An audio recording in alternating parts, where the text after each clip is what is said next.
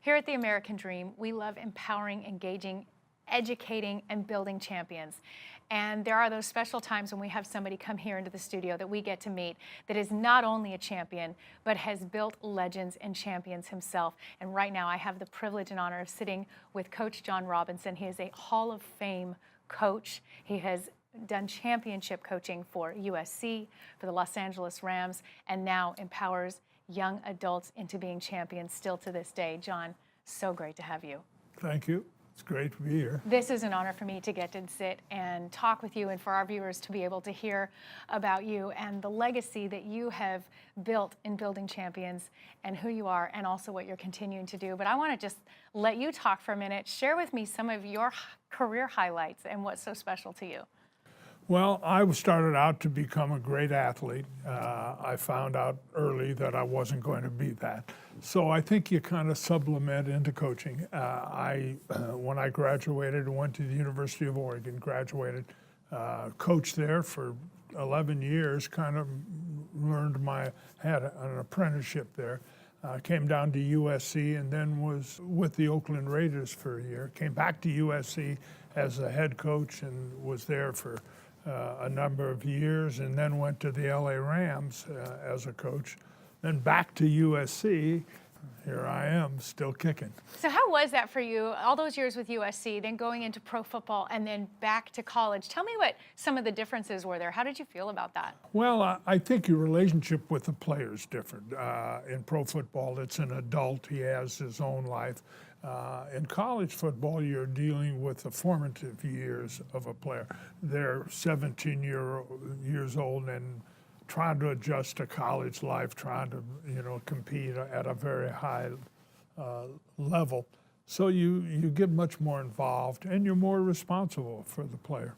Before I tap into more questions about the players and your role with them, I'd love to hear what were some of the championships that you got to see your teams achieve.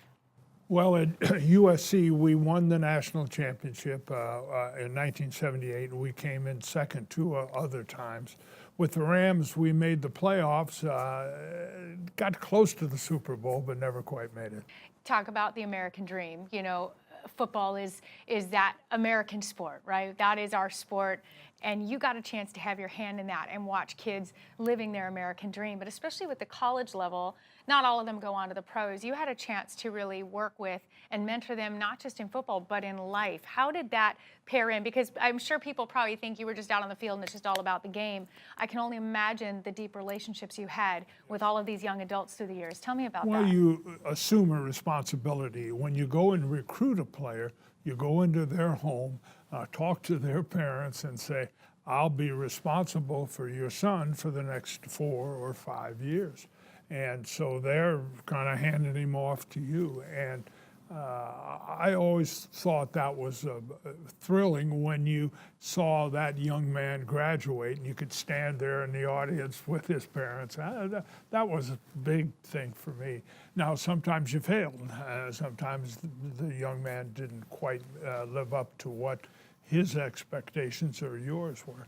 But that was the real contest, to see that development and to be involved. So John, all those years, the difference you made in those lives, you're still doing it today. I know that you have very passionately and excitedly got involved with Future Legends Foundation scholarship and mentorship program, and you're really entrenched in still making a difference in lives. I'd love for you to talk about that.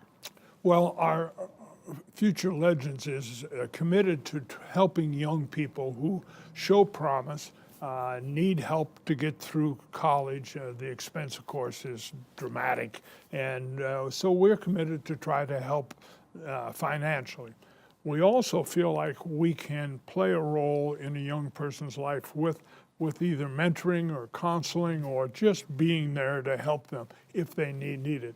And so we have divvied up different students, and each of us try to help in some way. I know my wife and I are presently involved with several young people and trying to make a difference in their life if they want. We're not intrusive, and we're not trying to say this is what you should do, but just there to support to play a role similar to what the parent does.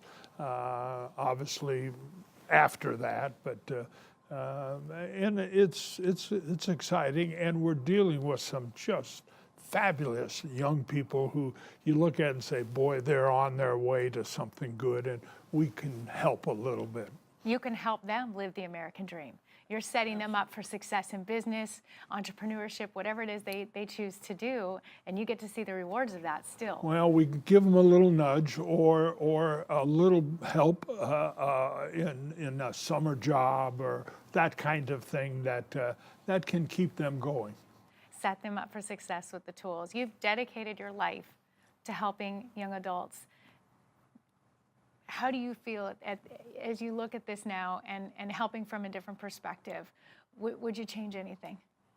Well, I wouldn't change my life any. I think I think our program is just burgeoning now. It's just getting going to the point where we maybe in the future could have really a great thing here with what we're doing. So it's very exciting. You get caught up in the moment. You know, you like all of us, you're trying to make this particular thing work or raise more money so we have more fun. So we're all enjoying it. I can tell. And I just want to say thank you for all of the young adults through all these years that you helped make a difference in their lives, that you've dedicated your life to serving. It's evident you had a passion. Your incredible career speaks for itself. And we're so excited we got to have you on American Dream today. Thank you. Thank you. This is the American Dream, and we'll be right back.